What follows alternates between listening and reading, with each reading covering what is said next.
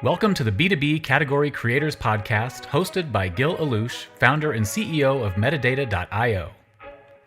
This podcast is all about sharing the real and sometimes uncomfortable secrets of category creation in the B2B software space. On this week's episode, we have Rhonda Walker, CMO from IT Renew, a leading global IT lifecycle management solutions company, and Doug Camplejohn, CEO and founder at Airspeed, a team-building platform for modern companies.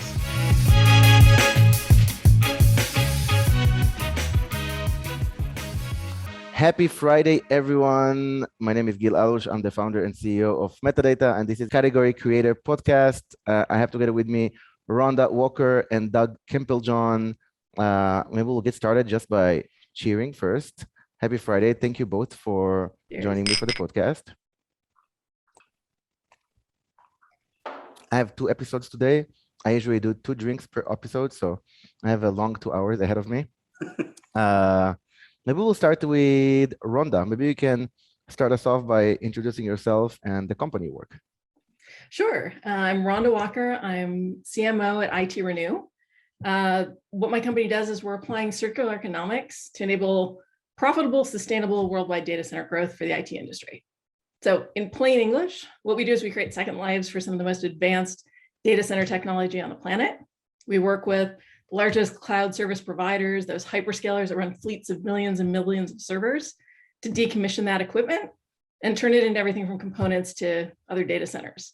The goal is to replace the old take waste model with sustainably sourced hardware that's going to cut e-waste, lower carbon footprint for the planet, and bring technology that used to be out of reach to anyone and everyone. So sort of think of it as the pre-owned certified BMW of IT. Nice. I like that last sentence. Thank you. And thank you for joining us. And you're from the Bay Area? We're in the Bay Area? I live and work over in the East Bay, about half hour outside of San Francisco. Nice. Very cool. Still vague. I like that. Doug, you're next. Gil, thanks for having me. I'm Doug Camplejohn. I'm the CEO and founder of Airspeed. We're a seed stage startup focused on how to help remote workers feel more connected and celebrated. More coming later this year. And prior to that, just prior, I was the general manager for Sales Cloud at Salesforce. And before that, the head of Sales Navigator at LinkedIn, where I came to through the acquisition of my company, FlipTop. Very cool and very exciting. Congrats on starting a new company. Hope that it's not your first rodeo, but it seems like you're excited about this new journey. So I'm excited for you. Awesome. Well, I said it a little bit in the beginning, and when I met both of you, the Category Creator Podcast started as a way to talk about category creation, which is a very hot topic both for CMOs and entrepreneurs. Many people who read like books about entrepreneurship, as well as just kind of the literature and the events that happen in the entrepreneurship world. We many times as entrepreneurs, we're being pushed or encouraged to start a new category because it seems to be what people think is a kind of a guaranteed way to get to $1 billion outcome. I think some of the thing we've done in the Category Creator Podcast is break this disillusionment that it's not always the case. Sometimes it's not even a good idea to create a new category. So hopefully you have strong opinions about that, as well as tactics when one wants to create a category, how to go about it. So that will be one of the topics. But I'm going to start with something completely unrelated to category creation. I would love to hear, Doug, maybe you can start us off. In your journey as an entrepreneur, executive at Salesforce, and now again as an entrepreneur, if you had to pick one #failed moment, like one moment where you screwed up and lost sleep at night and was just like pissed, you can take any company that you worked with or worked for or created. What would be that #failed moment? How long is this podcast? Yeah, I used to say when somebody would ask me how my day was as an entrepreneur, it's like, do you want the 10 a.m. version, the 2 p.m. version, or the 6 p.m. version, right? Because they're typically different. Yeah, that list is very long, and the goal is hopefully to make new mistakes this time and every time. I think kind of bringing it to the topic of the podcast, I would say in my last company, FlipTop, we waited too long and then went about doing anything related to marketing in the wrong way. And what I mean by that is I'm a product person, I'm a builder. So that's my happy place and where I spent most of my energy. So we focused a lot of time on building the first product and getting it out and user interface and all of that piece, and didn't have any conversations about category creation or products, ideal customer profile or any of that stuff. And then when we hired a marketer, and she was great, but we just immediately went into demand generation. Like, let's just start to build leads. And that was a huge fail because, we kind of got out of the gate and went like, okay, the curves are like this and they're not like this. So it took us a while to recover that and then actually step back and say, okay, let's hit the reset button and now really try to understand who our customer is and how we can talk to them. Love it, especially since you were the ICP provider back then, and you kind of didn't even use that on your own, but you went into demand gen, which is very natural. I think I've done the same. But cool. Thank you for sharing that. Rhonda, what about you? Well, Doug, thank you for giving me a couple minutes to think about what that fail was. And I'm very much in the same camp as you. I mean, can't have been in this industry as long as I have without having a number of them to fall back on and learn from. But one that comes to mind specific to category creation was when I was CMO of Dolby Laboratories. I joined the company at a stage where it was a well-established company that had actually created the category of surround sound. And we were at a stage, though, when we were trying to think again like a startup, right? How do we become more relevant again? How do we engage our audiences in new ways? And we started to look at a whole bunch of different spaces to play in. Everything from gaming for audio to conference calling, all the way into 3D visual, take our brand in a whole new direction. And I think the mistake at the time was we got so enamored and excited about what was happening in these new spaces that I think we took our eye off the core. And it was at that time that Beats Audio came in and really started to, get a foothold with some of that consumer audience. And we really had to take that step back and say, okay, they're great. They're going to create some amazing opportunity. They're going to entrench in the category in their own space. People who want booming audio and bass that makes you vibrate out of your chair. But we've got to reassert ourselves in that sort of immersive experience where audio disappears into the background because it's just so natural. And I think that's a good learning for both established companies and new in the market is keep your focus and never assume that the ground you've already taken is going to stay yours forever. Super insightful. Thank you. Let's dive a little bit let's start with category creation a little bit. And Rhonda, maybe you can answer first. When you think about category creation, what's the first thing that comes to mind? For me, it's that category creation is probably the wrong term to focus on these days, because I honestly think there is very little new under the sun. Right? It's sort of like the great American novel, right? Every plot has been written at some point. So really the focus has to be on category evolution. How do you carve out a new space? How do you take something that's established and well-known and well-worn and find that missed opportunity, find that gap that you can fill and take it to the next space? And, it was an interesting journey for me. I was, the first startup I was part of was Jasper Technologies. And we were coming into the Internet of Things, which at the time was already sort of a nascent space that had evolved from other places. And our point of view was that, it shouldn't be about the things, it should be about what the things enable. Once you get them connected, a whole world of opportunities come up.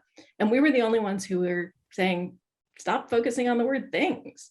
And it gave us an opportunity to engage people on a new level and talk about the kinds of experiences, benefits, and other things they wanted to bring to their customers and how we could help them get there.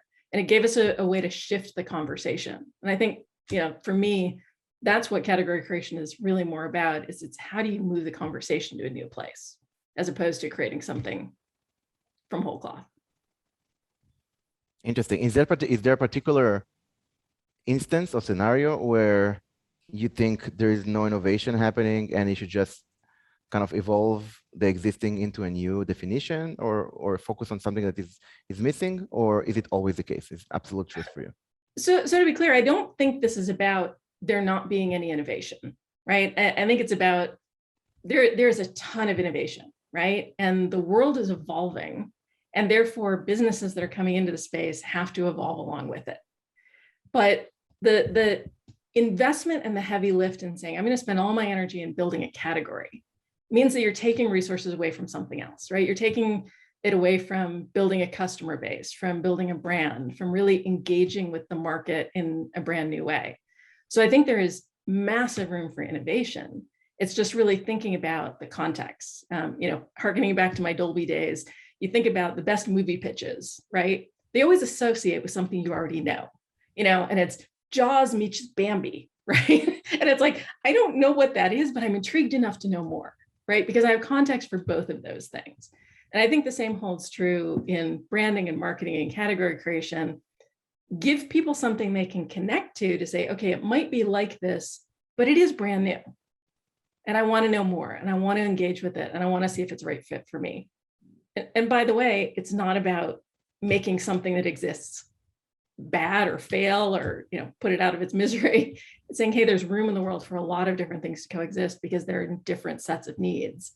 And you're always going to have the folks who want the entrenched. This is what I know, this is what I love, I'm sticking with it. And you're going to have innovators who are seeking opportunities to grow. And my bent has always been kind of like Doug's. I'm a builder. I want to go where no one's gone before, but I want to find a way to make it really easy for people to follow me there and want to be part of what's going on. That's a nice answer. We're definitely gonna go back to that one, but that's very, very particular opinion, which I like. Doug, what's your take on that? What's the first thing that you think about with the words category creation? So as soon as you say category, like the analysts like Forrester and Gartner come to mind. I get why entrepreneurs want to create categories. And I've tried to do it in times in my career as well. I think one of my favorite books on this that I've read in recent years has been Play Bigger, Chris Lockhead and stuff, and that group. Just super fantastic, because the rewards is if you can create a category. As often said, the best way to lead a parade is find one and step in front of it, right? So you're either building a parade or finding a parade and putting yourself in front. The rewards are huge. The number one category leader, as we were at Salesforce, and prior to that, how Tom Siebel was at Siebel, they're just massive. You end up getting dominant market share, and things are just much easier all around. But it's not always the right strategy, and it could be take an existing category and subdivide it. HubSpot didn't come along and say, we're going to reinvent a new category around CRM, for example, when they went into the sales play. They just said, hey, this is almost like a Microsoft Office suite for B2B apps. We're going to do marketing, then sales, and ultimately service. And we're going to do that in a come from below approach. And again, has been a huge success, but has redefined elements or sub-segmented a category rather than creating a new one on their own. And do you think, you're mentioning, hey, I get why entrepreneurs want to do it. I try to do it as well, because the outcome can be huge. You basically dominate and have the biggest return. Is that always the case in your opinion, where if you create a category, you're likely to have the biggest outcome of that category? I don't know if it's always the biggest outcome. Some of it is, it's hard to say whether Google created a category. They were the 20th search engine. I certainly, like a lot of people, were like, yeah, thanks very much. We don't need one. We're good. We got Alta Vista. We got Excite. We got Yahoo. We're good. And yet they just so dominated in terms of the quality of the product that they ended up being the category leader. So I don't think you have to go start a new category from scratch. And I've gone through the pain of that, where you ultimately try for years and years. The company I was at years ago called Epiphany, we were trying to convince Gartner that there should be a brand new category around in the marketing and sales space, and ultimately just kept getting drawn back into their existing magic quadrants and existing stuff. And it was fine. As long we probably should have taken some of that energy and just focused on making the product even better. Because I think that you can only get, if your product's crap, it doesn't matter what you do on category creation, right? You've got to always start with solve a real problem, do it in a way that's better than anyone else. Make sure you're staying in touch, as Rhonda said, don't lose touch with your core customers. But then the category creation piece becomes not what you say about yourself, it's what others are saying about you. Absolutely. And I think both of you have repeated, things that others have said before about focusing on the customer, building the best product. And you also both mentioned if you spend time on category creation, you may not spend that time and that investment, that dollar amount investment on something else that you may need.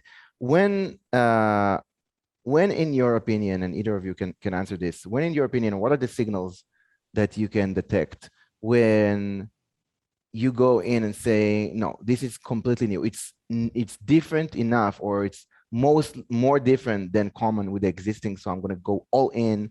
I'm going to do the gain side, the Salesforce, the no software, the customer success as a first-class citizen, what have you. There are many examples of really going all in and creating a category versus there is something in existing, and this is our niche within it. This is why us and not the others. How do you differentiate? I'm happy to go first. You want to take it? Sure, go ahead and jump in. I think that part of it is probably even before you're launching, you're hopefully doing a lot of market validation. And how are those customers describing you, right? When a great question to ask is, okay, you've just heard or seen what we're doing. How would you describe this to a friend, right? And if they're just suddenly describing this to a friend that says, oh, that feels really not where we want to be or how we want to be perceived, or that's a very small thing and we're trying to build a big thing, that's time to lean in, I think, to go take charge of your category creation exercise.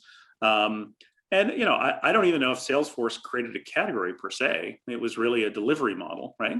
It was really a web interface to what was a client server CRM system. But the power was, oh, well, I can go swipe a credit card and I can go try this and I can do it in the cloud without having anything on the desktop. And Mark is certainly one of the most brilliant, marketers alive. And so he maximized that, and you could perceive his efforts as category creation in and of itself. But that to me is really where you have to figure out, you're like, okay, are people describing me in a way that I think is still got enough white space and a big enough opportunity for me, as opposed to something that feels like a me too or too small?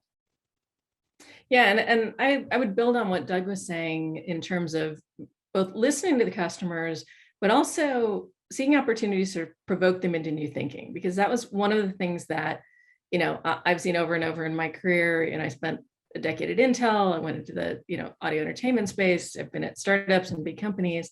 And one of the things that I've seen over and over again is if you ask someone, what do you want?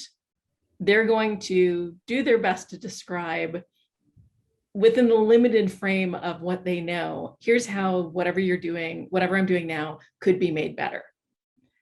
If you go in with something that really is an innovative idea that's a bit provoking and challenging, and maybe forces them to ask some questions about, I don't understand this. I don't know why I need that. To me, some of those can be signals of there's a new category opportunity here, right? So if they respond with, oh, that's like X, but better, hey, this is an opportunity to sort of evolve or carve your niche or do whatever you're looking to do. If they come back and say, I don't really understand what you're talking about, explain it to me. And you can get them to lean in on the conversation and start to have that discussion about how this might meet unmet needs, how this might take them to a completely new place.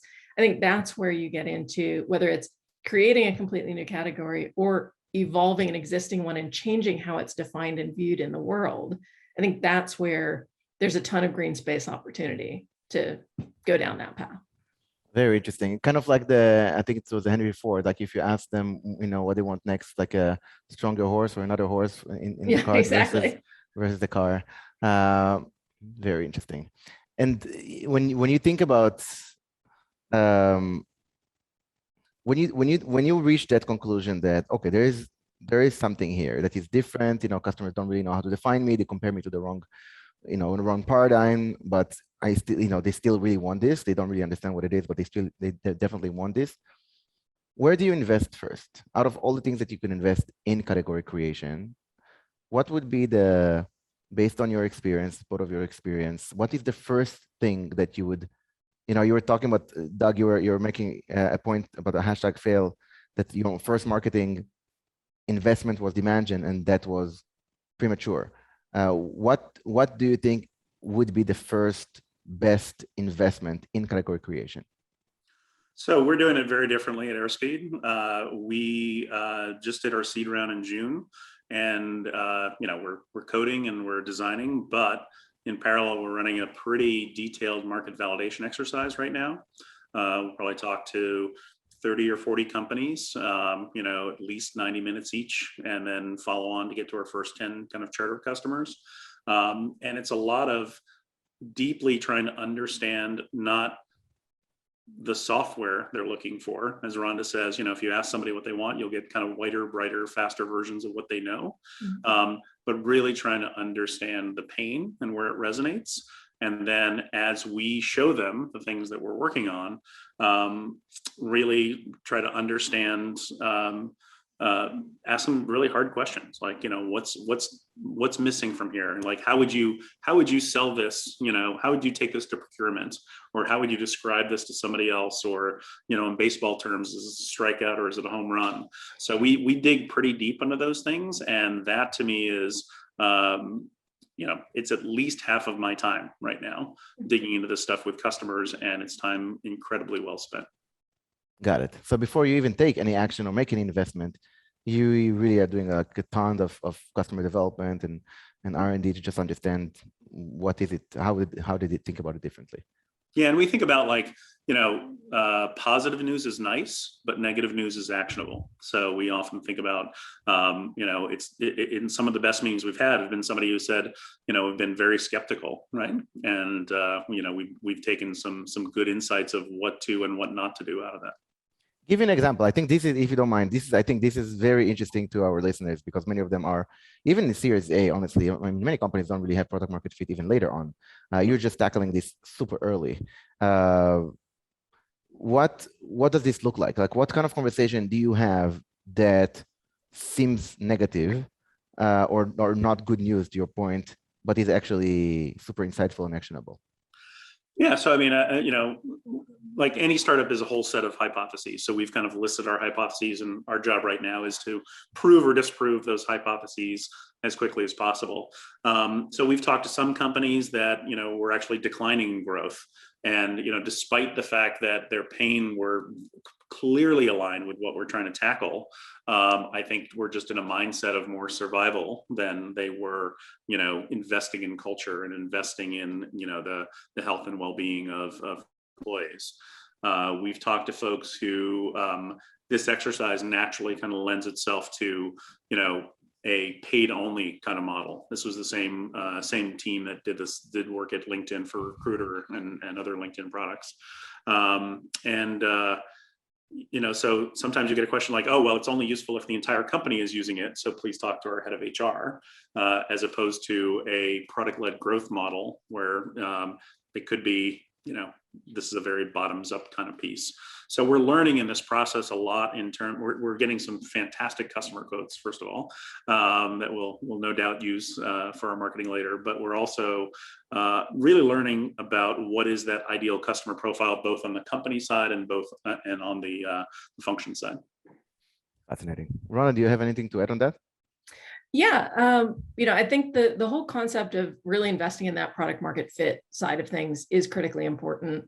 I think it is beneficial to do that in the very hands-on block and tackle that Doug described, but also going out and listening in the marketplace as well. And that may be social listening to see, are the topics that you've teed up in your hypotheses things that people are even aware are problems? Are they talking about them and having conversations that you could potentially insert yourself into to drive the direction you want to go when you go out publicly? I think the tip about capturing the feedback that you hear as potentially future customer quotes and comments and messaging concepts are important.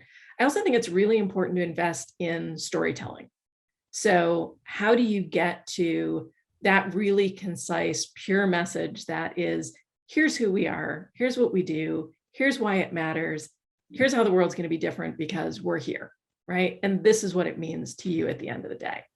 So I think those things and getting those really crisp and sharp and differentiated and socialized across your entire organization. So when you are ready to go out and build, everyone's speaking the same language, right? Make it your own.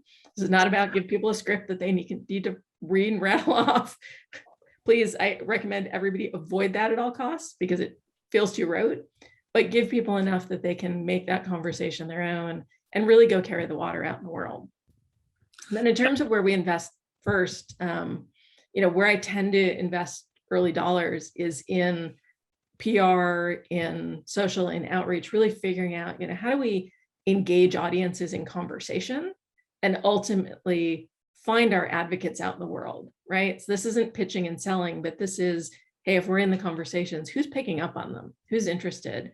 Who wants to know more? And how do we develop those folks into partners and advocates down the line? Because at a certain point, you telling your own story only gets you so far. When you get other people to tell it for you and support it, that's when you see that tipping point, that hockey stick of growth. I think Fascinating. I was going to add one thing, which was, I think it's also important, and there's no science to this, but it's more gut of what to ignore. Because in this process, you get a lot of people who say, well, if you only took it this way, right, or called it this, we'd use it. And, sometimes those are really, big, powerful companies who might want to write you a big check. And I think that's the death of, products and companies, is if you're just get whiplashed by everybody's opinions. You have to basically have some of these conversations and go, you're in the sweet spot, you're not. And then, how do we find more of those?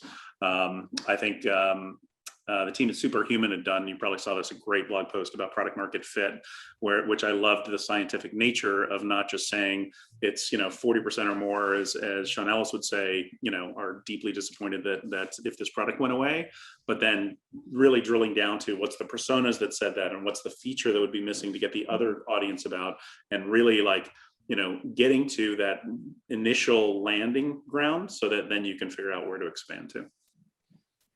Lots of great points. I feel like both of you, although you started contrarian to category creation, are very passionate about category creation. Sounds like you've done a lot of that work in the past, which is really cool. I'm taking notes about some of these tactics. Let's take a break a second for drinking, because I noticed that none of you are drinking, only me. So cheers. Cheers. Cheers. What are you drinking, Doug? This is tequila. Nice. What kind? So it's Casa Dragones. Casa Dragones. I don't think I know that one. Yeah, I don't know. It's a pretty nice bottle. Cool. Anejo, or what is it? Blanco. Blanco. Yep. Cool. And Rhonda, you're drinking wine, I think? I am drinking wine. What is it? So I've got a bottle of B Cellars Sauvignon Blanc. Oof, very nice. Awesome. Perfect for a Friday. And I'm just drinking some Japanese whiskey here. Cool. Let's change gears for a second. We talked a lot about category creation because I noticed that you're both very experienced in it. I think it's very interesting. Both what you mentioned about, Rhonda, I think you mentioned the social listening. I think it was Nick Mehta here when the CEO of Gainsight who talked about, having this idea about customer success that no one had before. And this is pushing him a lot about, this is not a thing. You're just in your own world about this customer success. It's just customer support. And I told him, what kept you sane? What kept you going? And he said, I always went back to basics. And one of my big basics was to see how the customer success role is becoming a legitimate career. And you would do a lot of social listening to see if this is a trend that continues or not really. And so that I think that I thought that was very interesting. Changing gears. Something that we like to talk about in the category creation podcast and this podcast is absolute truths that are very common and are actually misconceptions, or also known as bullshits. And maybe also the opposite, things that to be true, although no one really talks about it. I can give examples, but I'll let you see if there's something that comes to mind, like something that is, talked about in TechCrunch and Business Insider and Huffington Post and on the stage of SaaStr, that every time you see it, you're just like, bullshit, that's not true. I mean, I've experienced the opposite in my career, and you're the doers. So is there something like that that comes to mind that you've experienced more than once? I would like, and this is not just TechCrunch to throw stones at them, it would be great to give reporters an education course on how cap tables really work. Because I think there's oftentimes I'll read a piece which is like, this company raised $50 million and they sold for 75, so everybody made out like bandits, right? And that's obviously not the case. So I always think, unfortunately, there's a lot of ink that's spilled on fundraising. And fundraising to me is not interesting at all. It's just merely, it's raise a glass, great, we just completed a round. Now let's get back to work.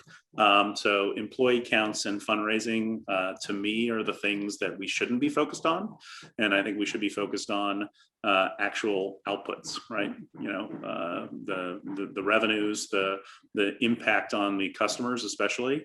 And I think that at LinkedIn, we focused a lot on customer value and said, okay, if we get that right, and this is just in the last couple of years I was there, then the monetary value will follow. And I think it'd be great if we could see more people talking about the actual impacts of these products. That's interesting. I hear that more and more recently. I don't know if it's just because I've only been doing this for 5 years, so maybe that's why. But I hear that becoming more and more, the vanity metrics of raising round and the valuation of those rounds and the number of employees growing as a celebration. Well, this is completely maybe a proxy for success, but certainly not the things to focus on. That's cool. What about you, Rhonda? Yeah, I think for me, one of the things that, at least in my current world, drives me a little bit crazy is the tendency to see these pendulum swings around what is the next hot topic, right? And then it's all about that. And, in my world right now, obviously to us, sustainability is a big topic because it's something that we're very focused on. But we are not about sustainability for the sake of sustainability. We actually are trying to dispel the myth that sustainability is the purview of corporate social responsibility, right? It is a vanity metric, as you said, where, the elite companies can be charitable and care about the planet and nobody else can because they got to worry about making money. And from our perspective, we're actually seeing not just us, but companies around the world proving that actually, if you think in terms of sustainable practices, it's often better for the bottom line. It's smarter for business. It attracts more investors. It does all of these sorts of things. And so, for me, the tendency to silo conversations and really focus on sort of the one true thing in exclusion of everything else, as opposed to thinking about businesses as holistic and multidimensional as human beings, I think is, it's a risk in the market today, getting people to really think about, how do we build businesses and where do we focus our energies and how do we connect to what people care about? Because it's not just about what does the charter of the business look like, but how do we engage those listeners and those viewers and those customers around the bigger ideas that make them want to be part of what you're doing in the long term versus transactional. And how do you convince, how do you get early stage entrepreneurs who are just in survival mode, just trying to get to the next stage to think that way? I think it's, what I've found is that, if you take a step back and think about what makes you loyal to a company, a brand, willing to try a new idea. And oftentimes it is because you not only believe in what they're doing, but you have faith and trust that the people that you're working with share your values, right? That they're in it for the long haul, that they do have your best interest at heart in the long run. And I think those things, a lot of companies can get, like I said, very focused on the transactional. And one of the phrases that I've used since my Intel days is, it should always be about what we make possible, not about what we make. And I think that's a really important thing to keep in mind is, why are you doing this? Why should people really care and be attached to it? And then the how you do it, that's going to evolve over time, right? You're going to build a great product, then you're going to build the next great product, then you're going to grow a portfolio. But the foundation of what is it that you're out to make possible and how are you connecting with your customers, that's the thing that has to remain a focus throughout. So I think that's an important thing for entrepreneurs to start out with, because a lot of them, will think, I can make this great thing and it's going to be awesome and the market's going to love it. Knowing why you're making that thing and what you expect the benefit of that to be 5-10 years down the road, and where it's going to take you and where it's going to take the world, I think it's really important. And it makes it more exciting. And it's going to help you get the right talent as well. And I'm going on a tangent, but for me, when I would go in and talk to a small company, the company I work for right now, I had just started a job. I was 9 months into a new CMO role when I ended up moving over to the company I'm with now. And I took the meeting after saying no 4 times because I was going to recommend somebody else for the role. So let me find out what you guys are doing and I will find you somebody great. And I came out of what was supposed to be a 45-minute meeting 3.5 hours later saying, oh crap, I think I'm changing jobs because I love what this company is doing. I love what they've done and I love where they're going. And the products and the technologies were kind of secondary to that equation. That's cool. That's very cool. I mean, I think a few years ago I would be cynical and wouldn't believe you, but today I think that is true. The following for a company, the product is a part of the mix and maybe a big piece of it, but the people and the values and everything behind it, I think is big deal. And don't get me wrong, you've got to have an awesome product. Like Doug said, you've got to have the best thing in the market. You're not going to fake that. But if you have that and all the other stuff, it's a slam dunk. Let's think about the opposite now. Something that no one that is not a misconception, a popular one, but maybe the other way around. Some hidden truths that you have both experienced to be one of the most important things you've learned. For example, Doug, not to make this an easy answer for you, but what you mentioned before about not going too quickly into execution mode. Like, it seems like you're very meticulous right now about doing the research and understanding exactly who you're for and who not, and what is the distraction, and what is the pattern. Something in that sense that early stage entrepreneurs can really take to heart. What would those absolute truths look like? Yeah, and listen, like, there is no such thing as perfect information, right? You can't just ready aim forever, right? And eventually you have to fire. I often went ready, fire, aim, and so maybe this time I'm at least throwing one, aim before the fire. But you can't wait too long, because as Reed would say, you have to put something out that's almost embarrassing in some way, or as my former boss Steve Blank used to say, like, no plan survives with first contact with the market. So you just have to get out there. I think the thing that I found is perseverance is kind of the most important quality of it all.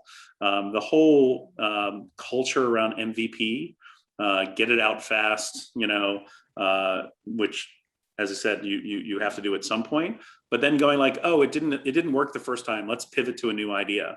Well, I don't know of many, Facebooks that just happen to be like successful right off the bat, and then they ended up expanding and, getting into a bigger and bigger market.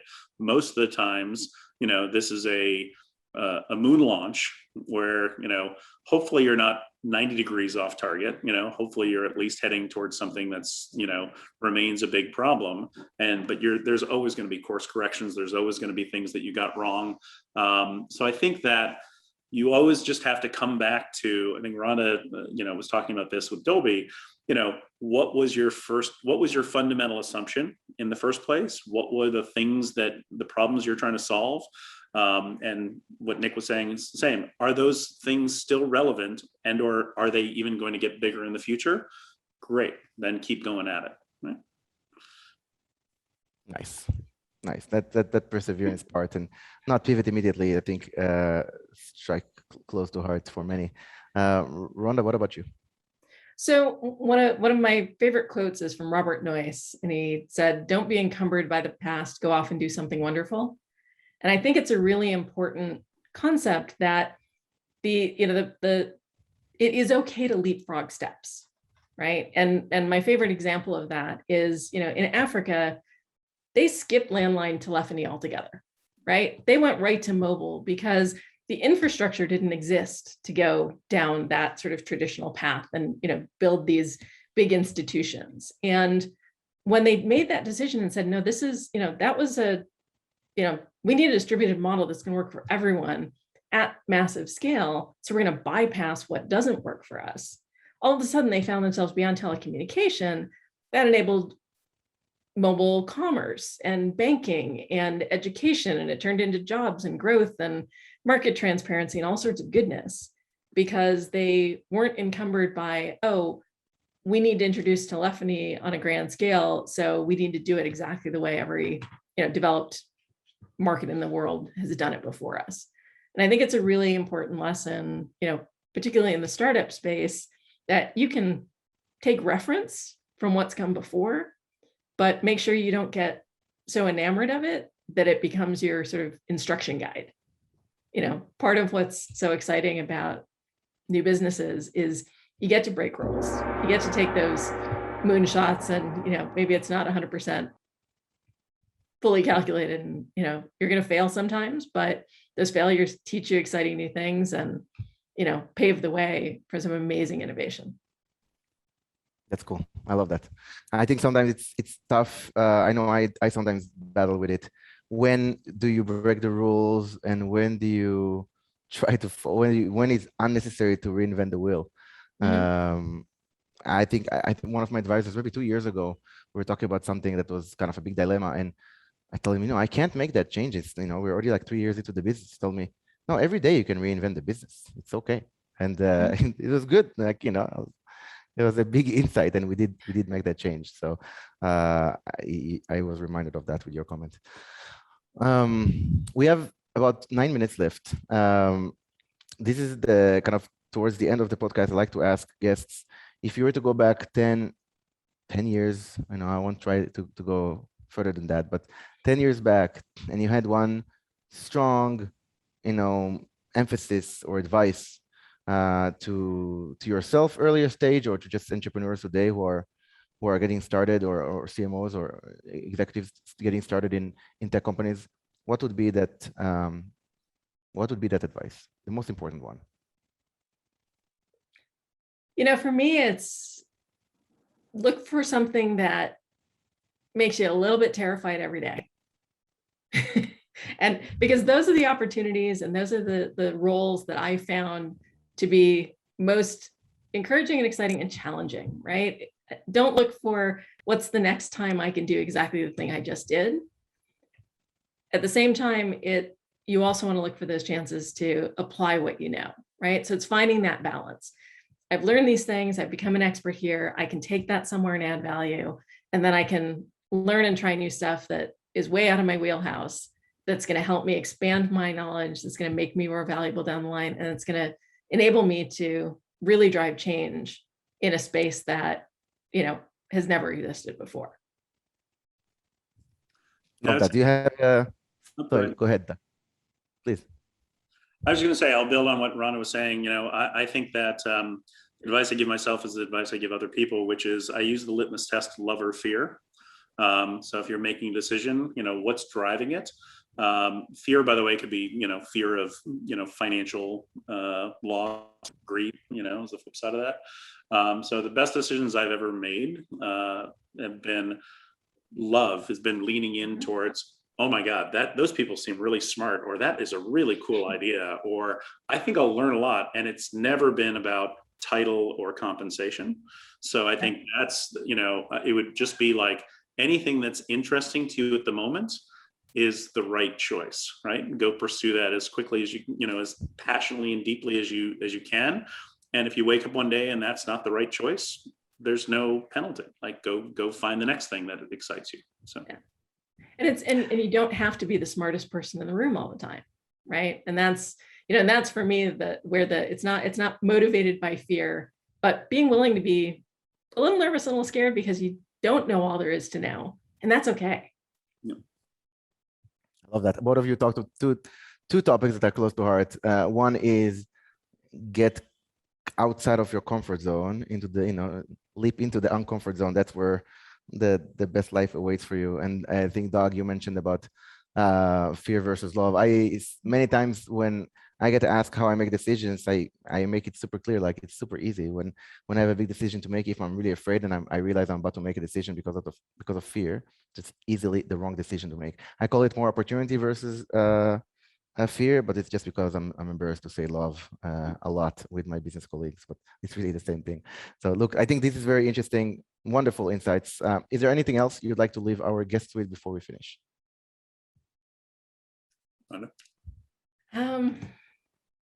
This is just, I think it's a fascinating conversation.